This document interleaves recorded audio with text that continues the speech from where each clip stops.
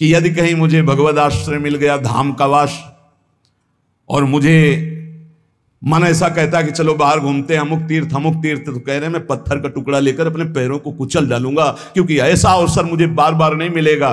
धाम का अगर वास मिल गया तो मैं धाम छोड़ने वाला नहीं। पादौ संचूर्णयत शिलया चेद्वही स्याद ही आशा। यदि ये आशा मन में जागृत हो गई, चलो अमुक जगह घूम आते हैं और धामवासी हैं, अखंड व्रत लिया है, तो बोले पैरों को हम चलने लायक नहीं रखेंगे, पर वृंदावन से बाहर नहीं जा सकते। सद्य प्राणास्त्यजतु बलिभिर नेतुमारभ्यते चेत। यदि कोई बलवान पुरुष मुझे बांध कर बाहर ले जाना चाहे तो कह रहे हैं बद्ध्वा देहु बहिर्कपटा आशास्ति वृंदावन, उसी समय प्राण त्याग दूंगा। अगर कोई बलवान जबरदस्ती मुझे बांधकर वृंदावन से ले जाना चाहे तो उसी क्षण वृंदावन में प्राण त्याग दूंगा, बाहर नहीं जाऊंगा, क्योंकि धाम की कृपा से अनंत जन्मों की बिगड़ी बन जाएगी, भगवत प्राप्ति हो जाएगी। यह कुर्याद गुरु तल्प कोटि गमनम हन्याच विप्राबुदम स्वर्णं चापि हरेत पिबेच्च मदिराम संसर्गवान तादृशैः। श्रीपाद बहुत अनुभवी महापुरुष हैं। अन्यंचोद्भट गोवदाध्य घचयम कुर्वीत सोप्यामृति श्री वृंदावन वास निश्चय सुनिर्वाही महाधार्मिक। यदि आपको ज्ञान नहीं रहा हो, आपसे ऐसे पाप बन गए हैं, गुरुपत्नी गामी सबसे महापापों में पहले आता है, फिर आता है जो ब्रह्म ऋषिजन हैं उनकी भार्या, फिर आता है मद्यपान मदिरापान करना, फिर स्वर्ण की चोरी करना, और जो ऐसे पुरुषों का संगी है वो महापापी, गौ हत्या करना महापाप। ऐसे जो महापापी जन हैं, पाप हो चुके हैं उनसे, अब वो विचार करें कि मेरा कल्याण कैसे हो सकता है, मैं तो महापापी हूं। तो श्रीपाद करें हर जीव को अंतिम सांस तक भगवत प्राप्ति का मार्ग खुला है। बहुत बड़ी बात है, बहुत बड़ी बात है। आज तक भोगना पड़ रहा है गुरुपत्नी गामी का कलंक चंद्रमा जी को, आज तक। ये बड़े बड़े महत पाप हैं जो लोग नहीं समझते हैं, ये बात समझ लें। पर स्त्री गमन, मदिरापान, द्वित कीड़ा, स्वर्ण चोरी, गुरुपत्नी गामी, ब्रह्म ऋषियों की तरफ जो उनकी भार्या है उनकी तरफ ये काम भाव से देखना, गौ हत्या, ये महत पाप हैं। ये पाप नष्ट कर देते। भ्रूण हत्या, ये सब महत पाप है। अगर ये पाप बन गए हैं जाने अनजाने में जीवन में, और अब हमने सत्संग सुना तो अब हमें प्रायश्चित हो रहा है कि मेरा कल्याण कैसे हो सकता है, तो श्रीपाद कह रहे हैं एक बार हृदय से जलन पैदा करो कि मेरे से बहुत गलती हो गई, और सीधा हम वृंदावन आ जाओ, वृंदावन की परिक्रमा करो, रज में लोटो, रसिकों का संग करो। ये नियम ले लो कि अब जीवन में कभी पाप नहीं करेंगे, और नाम जपना शुरू कर दो। तो कह रहे हैं निश्चय सुनिर्वाही महाधार्मिकाहा, निश्चित वो धार्मिक हो जाएगा, उसके सारे पाप नष्ट हो जाएंगे और भगवत प्राप्ति कर लेगा इसी जन्म में। भगवत प्राप्ति आखिरी सांस तक हो सकती है। आखिरी सांस में बोला राधा राम कृष्ण हरि, बिल्कुल भगवत प्राप्ति हो जाएगी। विश्वास कर लो इस बात पे। इसलिए कोई भी कभी निराश ना हो कि मुझे भगवत प्राप्ति नहीं हो सकती, मेरा कल्याण नहीं हो सकता। इस श्लोक में श्रीपाद ने बताया यदि ऐसे महापाप किए हुए हो तो श्रीधाम वृंदावन आ जाओ। धाम है भगवान का, निज धाम है। जो बड़े बड़े तीर्थों के अवगाहन से पाप नष्ट नहीं होते, जो कि महापाप कहलाते हैं, वो धाम में रज में लौटने से, परिक्रमा करने से, नाम कीर्तन करने से, सत्संग सुनकर सतमार्ग में चलने से। कह रहे हैं निश्चय सुनिर्वाही महाधार्मिका, निश्चय उसके सारे पाप नष्ट हो जाएंगे और धार्मिक ही नहीं महाधार्मिक हो जाएगा।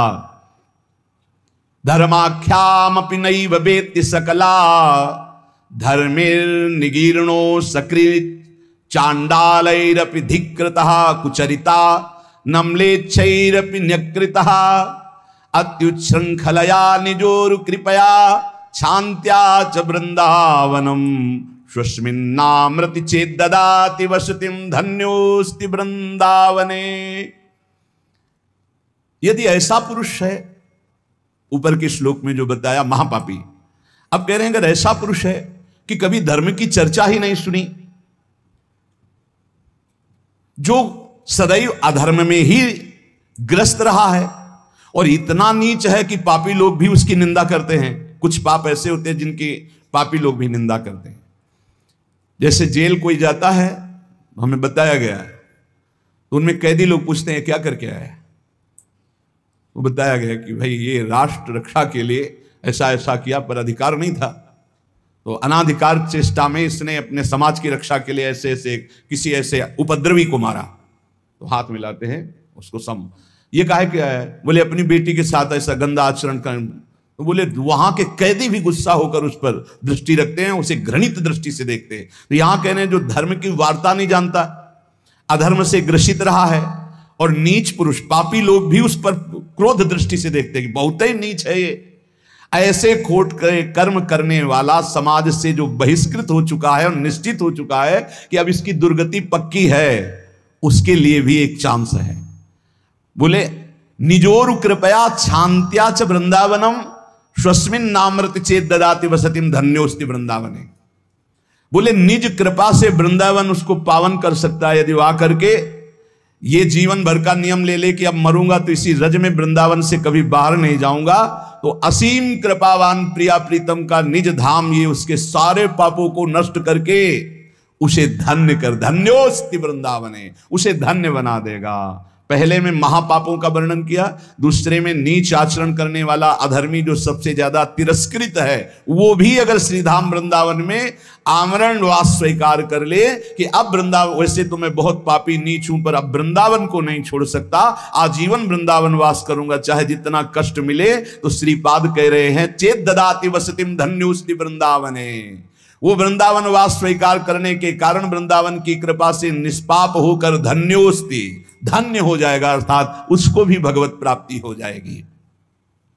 संतवाणी, भगवान के जो प्रेमी महात्मा जन हैं उनके वचनों के श्रवण से हमें भगवत प्राप्ति के विघ्नों का पता चलता है कि इनके त्याग से हमें भगवत प्राप्ति होती है। श्री ललित मोहिनी देव जी महाराज कह रहे हैं, कहा त्रिलोकी जस किए, कहा त्रिलोकी दान, कहा त्रिलोकी बस किए, न भक्ति भई निदान। क्या हुआ यदि तुमने त्रिभुवन में बहुत दान कर रखा है, क्या हुआ त्रिभुवन में तुम्हारी बड़ी यश कीर्ति है, क्या हुआ कि लाखों लोग तुम्हारे अधीन हैं, बस किए हुए हो, यदि तुमने भक्ति के द्वारा भगवान को नहीं रिझाया तो कुछ छात नहीं। परिणाम में तो ये समझो चारों खाना चित्त गिरेगा, पुण्य बल से ऊपर उठता चला जाएगा, और जो भगवान का भजन नहीं करता परिणाम में चारों खाना चित्त गिरेगा, न धर्म न अर्थ न काम न मोक्ष। विश्वास करो हमारी बात पर, भगवान का भजन कर रहे हो, आज संकट में हो, आज परिस्थिति बिगड़ी हुई, कोई जानता नहीं, कोई पूछता नहीं, लेकिन वो पूछेगा जो त्रिभुवन पति है, तुम्हारा मंगल कर देगा। संसार तुम्हें जानता है, लाखों लोग तुम्हारी बात मानते हैं, अरबों में खेल रहे हो, सब कुछ है, लेकिन भगवान का भजन नहीं है, तो ये समझ लीजिए कि जहां पुण्य खत्म हुए ऐसे गिरोगे जैसे बड़ी बिल्डिंग बिल्कुल क्षण में चूर चूर हो जाती है। इसीलिए कह रहे हैं कि अगर भक्ति नहीं की तो क्या हुआ, सब नष्ट हो जाएगा। वृंदावन में परिरहो देख बिहारी रूप, तासु बराबर को करे सब भूपन को भूप। यदि आप वृंदावन आते हैं, बिहारी जी के दर्शन कर लेते हैं, नाम जप करते हुए धर्मपूर्वक आचरण करते हैं, तो बिल्कुल चिंता मत करो, तुम्हारे सामने बादशाह कुछ नहीं है, ऐसा आनंद जागृत होगा। और कहीं यदि तुम वृंदावनवासी हो, कुछ नहीं बनता, जब मन आया गए ठाकुर जी से आंख मिला ली, पड़े हैं, खा रहे, समय व्यतीत कर रहे, पर पापाचरण नहीं कर रहे, तो धाम इतने मात्र से आपको ऐसी गति प्रदान करेगा जो बड़े बड़े दान पुण्य से भी नहीं होती है, बड़े बड़े साधनों से नहीं होती।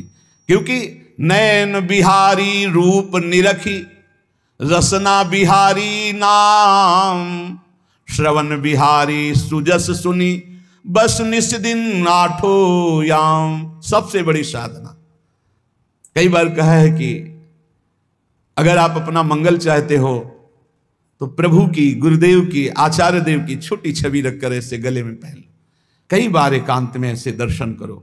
नयन बिहारी रूप निरखी, रसना बिहारी नाम, जबान से नाम जप करो, और श्रवण से भगवत चर्चा सुनो, नहीं दूरी बना के रखो।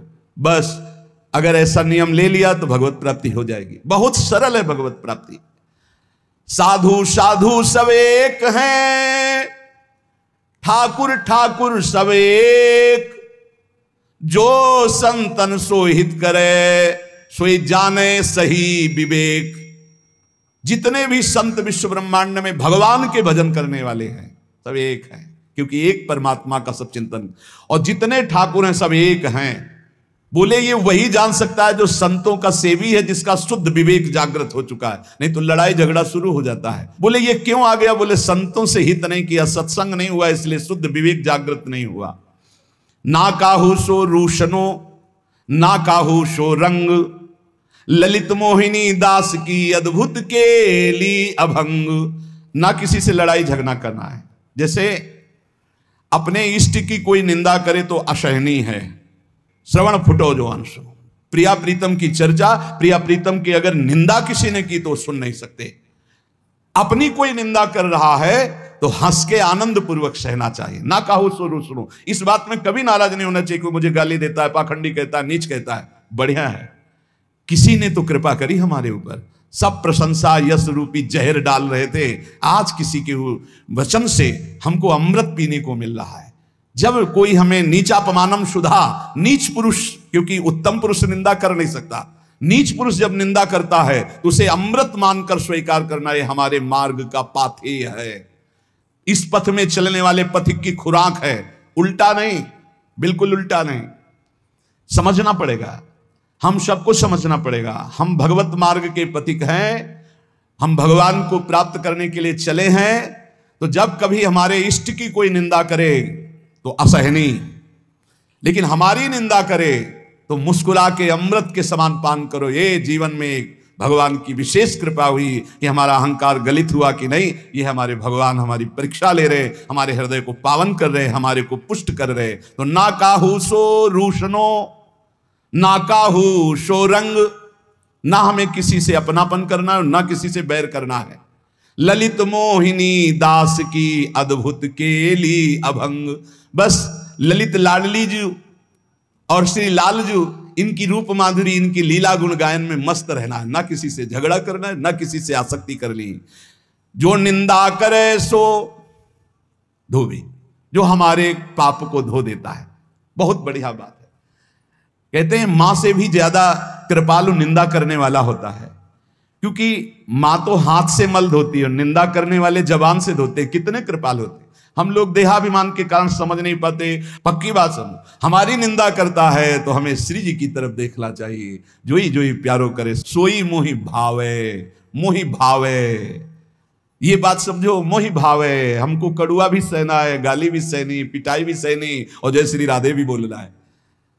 जिये सराही सराही, जय हो प्यारी जो आपकी, जय हो जय हो। सच्चाई के मार्ग में चल रहे हो तो फिर हिचक कैसी, और हिचक तो फिर सच्चाई कैसी। सत्य के मार्ग में हिचक नहीं।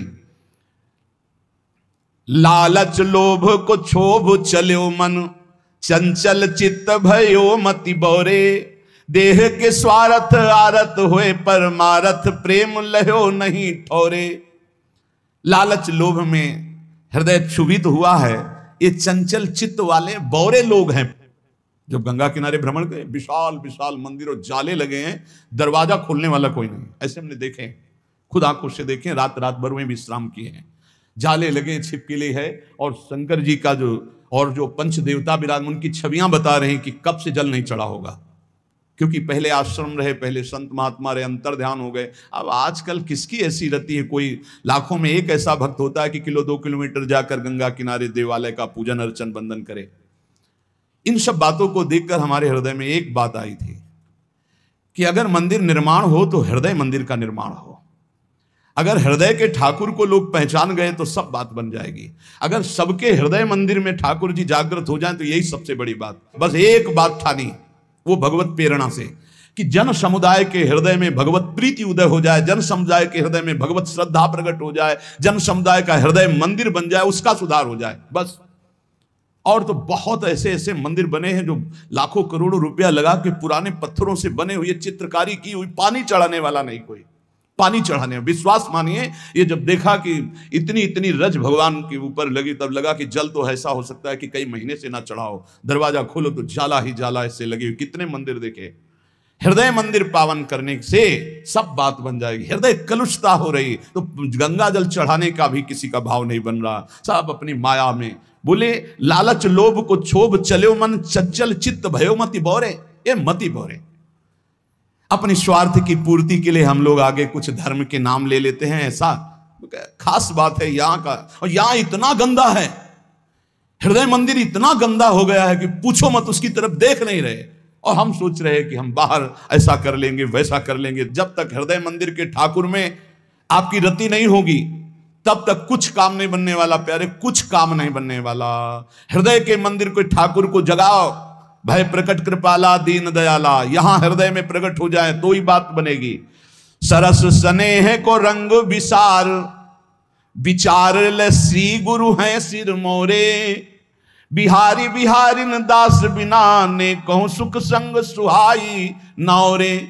बिना गुरुदेव के ये बात समझ में नहीं आती कि हृदय मंदिर के ठाकुर को बिहारी बिहारिन को जगाना है, नारायण या गौर श्याम को हृदय निकुंज बसइए। स्वार्थ को परमारथ खोवत रोवत पेटन को दई मारे। ये हम नहीं कह रहे, बड़े बड़े महापुरुषों के वचन हैं। श्री सरस देव जी कह रहे आज हमारे हृदय में रंग इसलिए नहीं चढ़ रहा कि हम बातें परमार्थ की करते हैं और धंधा बनाए हैं पेट पालन का, रुपया पैसा मान प्रतिष्ठा। तो स्वार्थ को परमारथ खोवत रोवत पेटन को दई मारे। ये दैव की मारी हुई बुद्धि है कि हम सच्चिदानंद भगवान के सुख को छोड़ करके गाते हैं लेकिन चाहते हैं पार्थिव सुख, इसीलिए लाभ नहीं मिलता। भीख को भेख अनेक बनावत जाचत शूद्र महामत वारे। बोले इंद्रियों की विलासता के लिए नाना प्रकार के वेश धारण किए हुए हैं। ऐसा मिटिया मेट बुद्धि को किए हुए कलयुग ना कि भाव भ्रष्टाचारा सब संसारा धर्म सुने नहीं काना। जहां धर्म का हम आश्रय लेते हैं वहीं अधर्म ने ऐसा आक्रमण करके परास्त कर दिया है, जानना मुश्किल है। तो बोले भीख को भेख अनेक बनावत जाचत शूद्र महामत वारे। केवल इंद्रियों के पोषण के लिए भेष की रचना हो रही। ये भेष ऐसा है कि जैसे दूध में जितना पानी चाहो मिला लो वो सफेद ही रहेगा, बड़ा पानी छुप जाएगा दूध में। जितना चाहो मिला लो तो दूध का रंग दिखाई देगा, वो छुपा लेता है पानी को, अपने में मिला लेता है। हंस न्यारा कर सकता है, दूध पी लेगा पानी छोड़ देगा। ऐसे ही ये दोष संपन्न इस वेश में खूब छुप सकते हैं। सत्य मार्ग में चलने वाले जो पथिक हैं उनकी पहचान है प्राण त्याग सकते हैं पर शास्त्र विरुद्ध और धर्म विरुद्ध कभी आचरण नहीं कर सकते। भूल न देहि कुमार्ग पाऊं, बिल्कुल पक्का सब प्राण त्याग सकते हैं पर धर्म विरुद्ध आचरण नहीं कर सकते। ये भगवत मार्ग के पथिकों का नियम रहा है।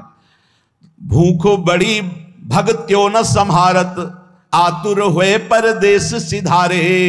सरस अनन्य निहाल भय जिन कोटि बैकुंठ लता पर वारे।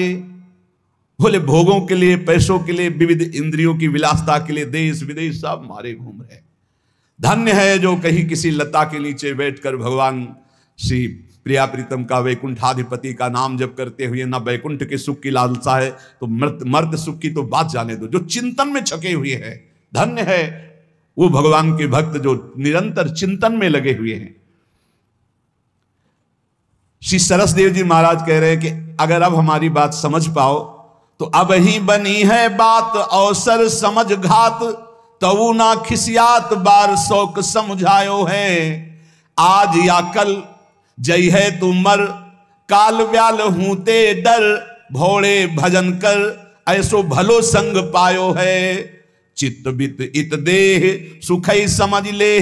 सरस गुरु ग्रंथ पंथ यो बतायो है। चरण शरण भय हरण करन सुख तरन संसार को तू मानुष तन पायो है।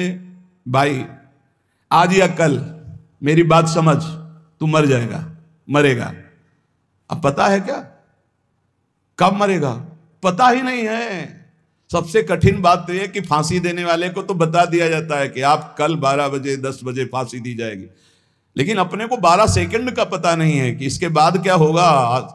सोफा से उठ पाएंगे कि नहीं उठ पाएंगे, पूरा प्रवचन हो पाएगा कि नहीं हो पाएगा, अगली श्वास ले पाएंगे कि नहीं ले पाएंगे। तो कहे आज या कल जय है तू मर काल ब्याल हूते डर। भोड़े भजन कर कैसो संग पायो है, बढ़िया संग मिल गया है, अब भजन कर लो।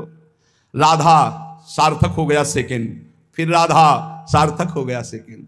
हम वर्तमान में अगर भजन कर रहे हैं तो हमारा भूत पवित्र हो जाएगा और भविष्य मंगलमय हो जाएगा।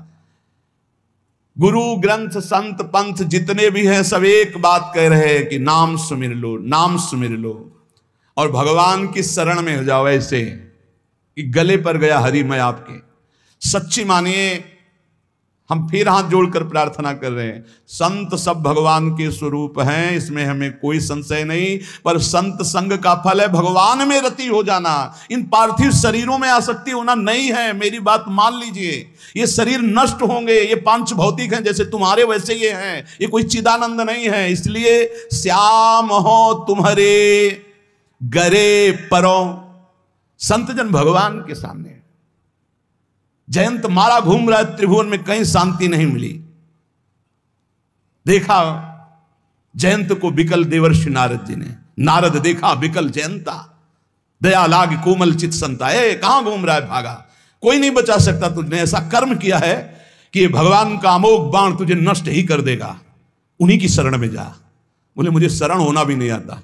संत क्या करते, शरण होना सिखाते। चल ऐसे लेट भगवान के सामने, त्राहिमाम बोल, ऐसे कर, बचा लिया।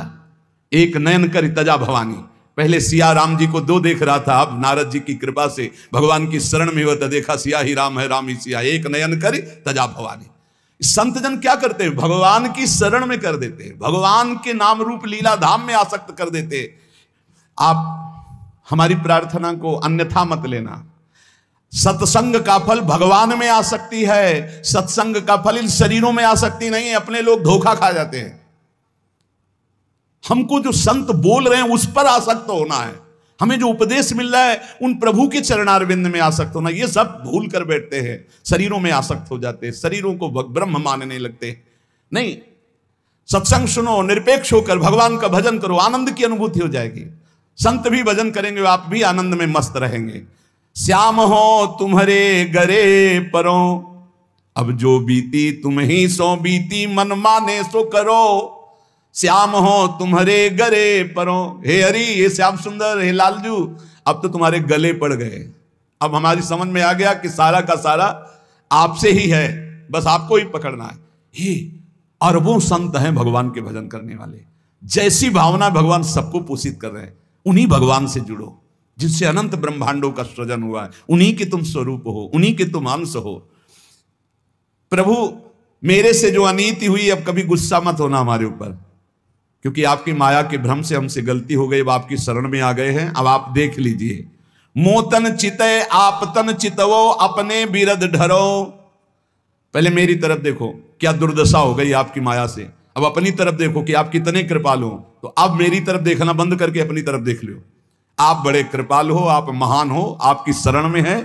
की जय लाज शरण आए की जिन जी दोष धरो। अब तो मैं आपकी शरण में आ गया, अब हमारी गलतियों की तरफ ध्यान मत दो। इसलिए हरि कृपा करके अपनी जांग उगारे, नहीं सुख तुम ही लाज मरो। अब अगर हमको नहीं पकड़ा, नहीं संभाला, हमसे गलती हुई तो गाली आपको मिलेगी। क्यों? क्योंकि मैं आपका दास हूं, आपकी शरण में हूं, आपके गले पड़ गया हूं। अब हरि ऐसा संभाल करके मुझे चलाओ कि जैसे अपनी जांग उघारी जाती है तो क्या होता है, तो प्रभु मैं अब आपका हूं, अगर मेरे से कोई गलती होगी तो आपको ही। तो इसलिए नाथ विनती करो काहि हो मिलके, सबको कहत बुरो। हम चाहे जितना हाथ जोड़े सब हमको बुराई कहते हैं नाथ। अब तो आप अपनी तरफ देखकर मुझे स्वीकार कर लो। रसिक दास की आस करुणा निधि तुम ही ढरो सुढरो, श्याम हो तुम्हारे गरे परो। हे हरि मैं आपके गले पड़ गया हूं। श्री तुकाराम जी महाराज कह रहे हैं, जैसे जैसे कोई भगवान का ध्यान करता है तो भगवान का प्रभाव उसमें उतरने लगता है। चाहे वो सगुण चाहे निर्गुण, जैसा चाहे वैसा साक्षात्कार कर लेता है। ये बहुत बड़े महापुरुष के वचन हैं, बहुत ध्यान से सुनो, पकड़ो। तुम्हें किसी के आगे घिघियाने की जरूरत नहीं, भगवान का स्मरण करने की जरूरत है, भगवान का ध्यान करने की जरूरत है। जैसे जैसे कोई भगवान का ध्यान करता है तो भगवान के सब सद्गुण उसमें आने लगते हैं। चाहे वो सगुण साक्षात्कार करना चाहे या निर्गुण साक्षात्कार, उसमें योग्यता आ जाती है। जाने विठल ब्रह्मो नवे त्वाचे बोलो नाई कावे। महाराष्ट्र भाषा में कहते हैं मेरे तो सर्वस्व ब्रह्म विठल भगवान है, तुकाराम जी कह रहे हैं। अब मुझे किसी की बात सुनने की जरूरत नहीं है कि ब्रह्म कौन है, मेरे तो विठल ब्रह्म है।